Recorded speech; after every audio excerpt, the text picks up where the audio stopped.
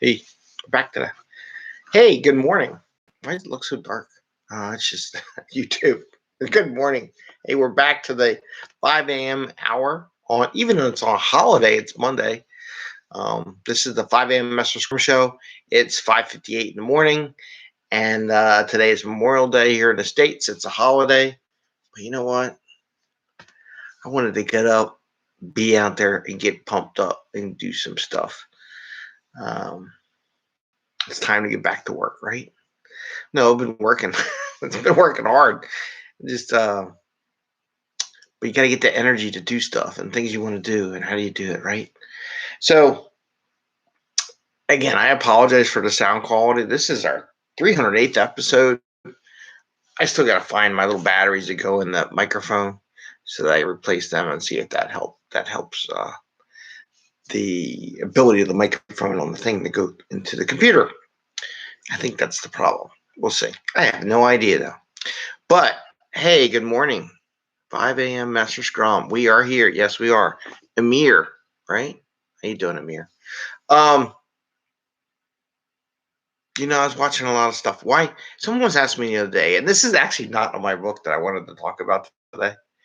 I want to talk about two things today. I want to talk about dependencies in Scrum, because we do geek out a little bit here. And I want to talk about a podcast about teams of 30 people. It was an interesting podcast. You listen to stuff that sometimes has specific things and doesn't have specific things. As my family has been complaining that you're on the computer a lot, playing on the computer, but I'm not playing. See, there's a big difference between playing on the computer and working on the computer. And in this mode of what's going on, like the other day, supposed to do a coaching session, didn't happen, but that's okay. Stuff happens. I don't like, oh my God, you didn't make it. Blah, blah, blah. It's up to them, right? Can't coach people. But there's always stuff that happens. But I got an interview in, which I got to decompose today, and it takes a while to do the interviews and the video editing. So, but the guy asked me, he says, well, why 5 a.m.? Why do you pick 5 a.m. in the morning? One, I said I deal with a lot of people in India and overseas.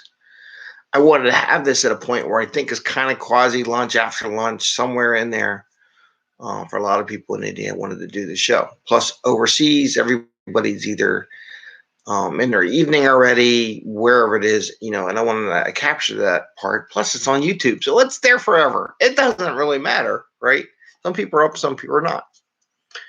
And in the real world, when we had to go to commute and do all this stuff here on the East Coast, I'll tell you, 5 a.m., people are getting up.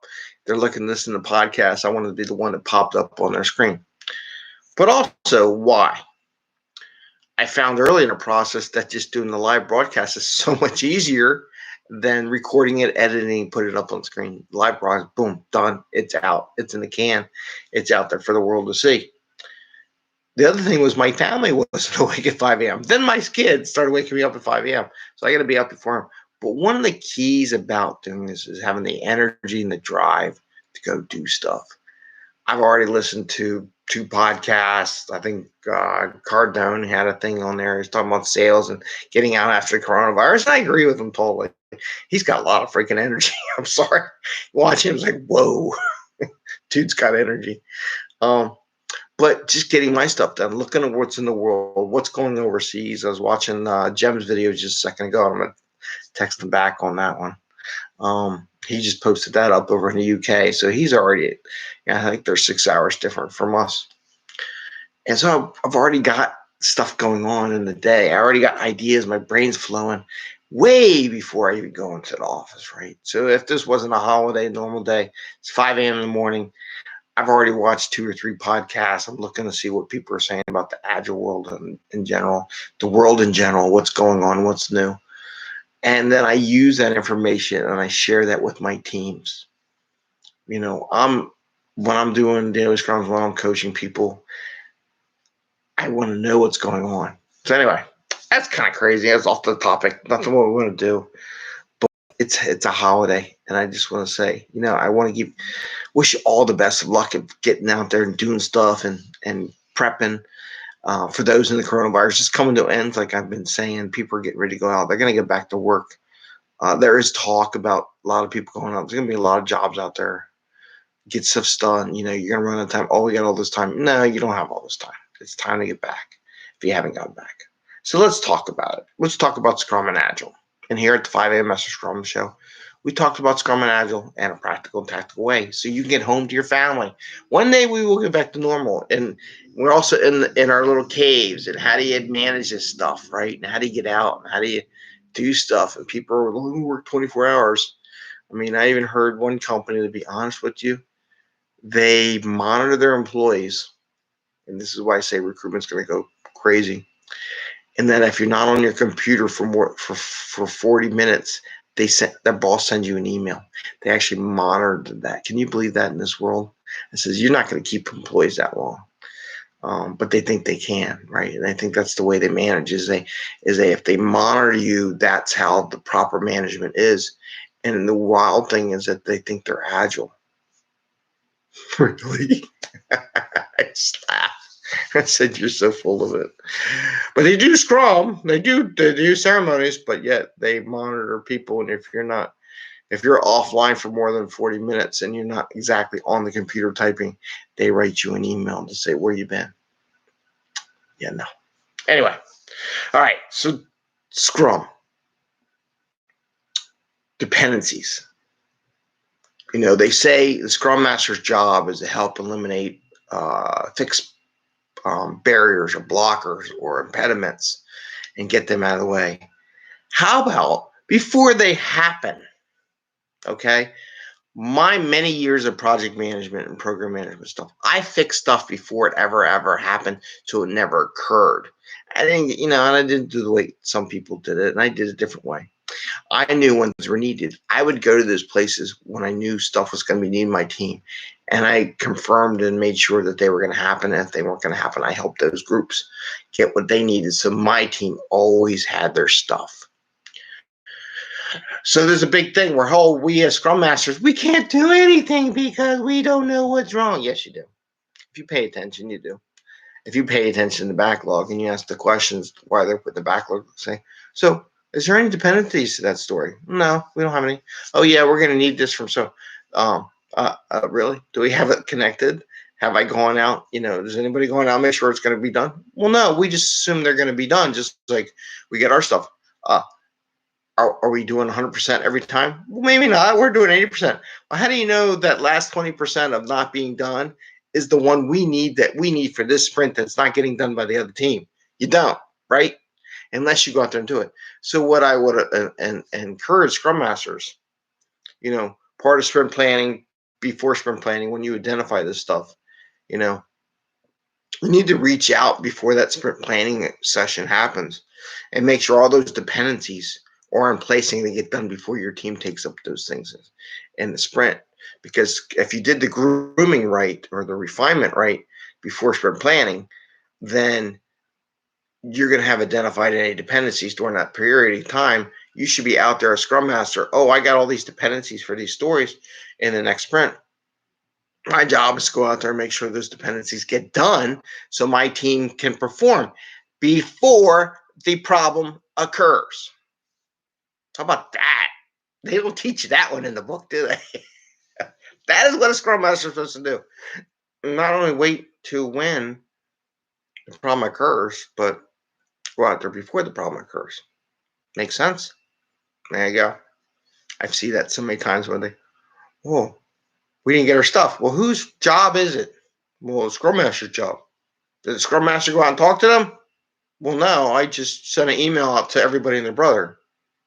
Who the hell reads emails to everybody and their brother? Nobody.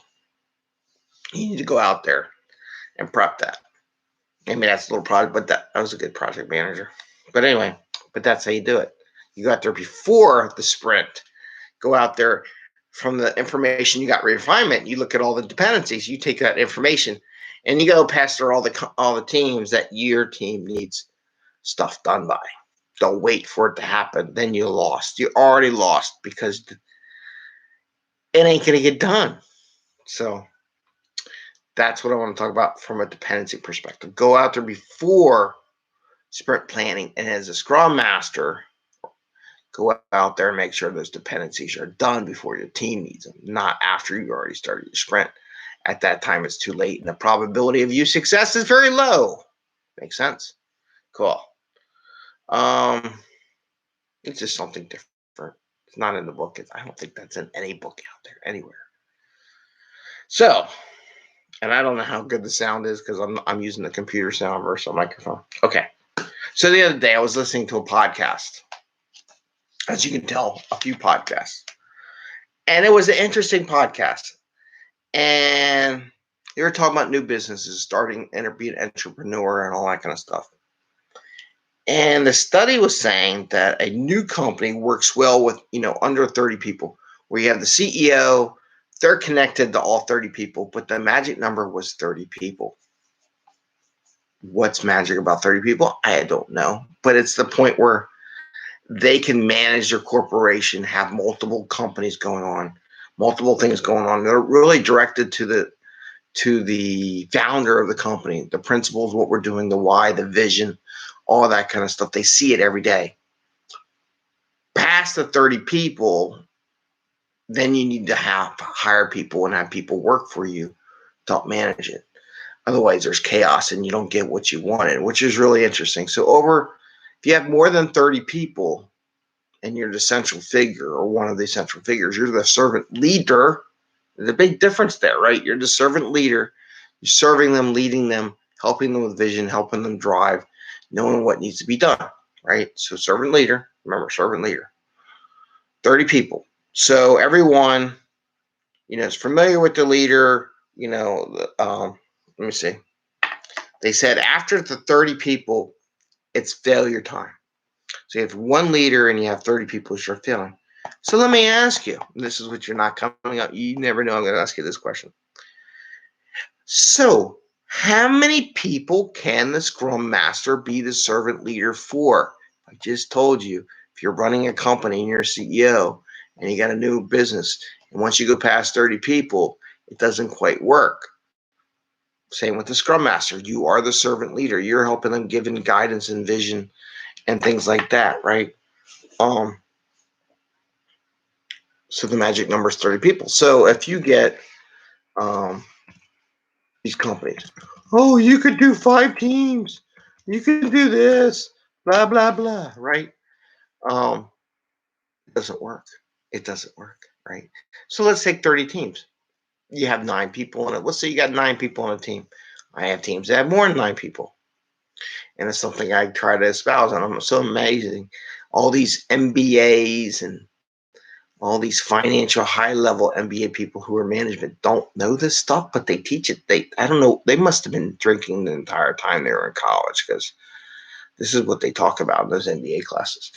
So if you have 9 people a team, the maximum number of teams you could probably manage is 3. So when I hear people being Scrum Master or leading more than 3 teams, I go, you can't do it. You're going to fail. You can't be a good servant leader to those teams. I suggest 2. I suggest multiple phases, maximum amount of 3. But, I know a lot of teams that have more than 9 people. Optimum, it shouldn't be 9 people. And there's these, numbers on how many of them the brain can handle. But the maximum number of 3. So if you have a company that wants you to do more than 3 teams, you got to look at how many people on the team. The magic number is 30. You can't help more than 30 people. Oh, Greg said 3 teams. Yeah, your teams are freaking 15 people on a team. That's 30 in 2 teams. You can't do 3 teams. It doesn't work. You can't serve them and help guide them and get the information they need to get where they need to be. So the magic number is 30 people. Don't ever go above it, because you're going to fail. And the guy said in the podcast, failure. It was he was really adamant about it. Any company that has more than 30 people and you're still the CEO managing something more than 30 people, you will fail. It will fall apart. People will lose vision. People will lose enthusiasm. They won't work anymore. It's just going to fail because you can't nurture them. You can't serve them as a leader. You can't do it. It's just not done. That's why they say in schools, no more than 30 kids in a class. You can't serve them if there's more than 30 people, you will fail. Business, life, whatever, right? You need other people to help you to get there. So we're at the 15-minute mark. I just want to leave you with that. Two things, go out there, hit the dependencies before your sprint planning session as Scrum Masters, and don't be a Scrum Master. Don't be the servant leader for more than 30 people. Once you pass that 30 people barrier, you will start failing as a Scrum Master. Okay? That's why I don't coach a lot of people at a time. I only coach so many at a time. Anyway, have a great day. Enjoy. It's a holiday. I wish all those families had family members die in the past who have served and everything, that have some reflection time and think about what those people died for and why, to give you an opportunity to grow and survive and be prosperous. All right? Thumbs up. Please give us a thumbs up. Ring the bell so you can get notices when we do videos. I don't know what we're going to do today. I had some fun with the kids yesterday. But I wish you all well and a scaled Agile framework holiday weekend for those safe people out there. Anyway, take care. See ya. Bye.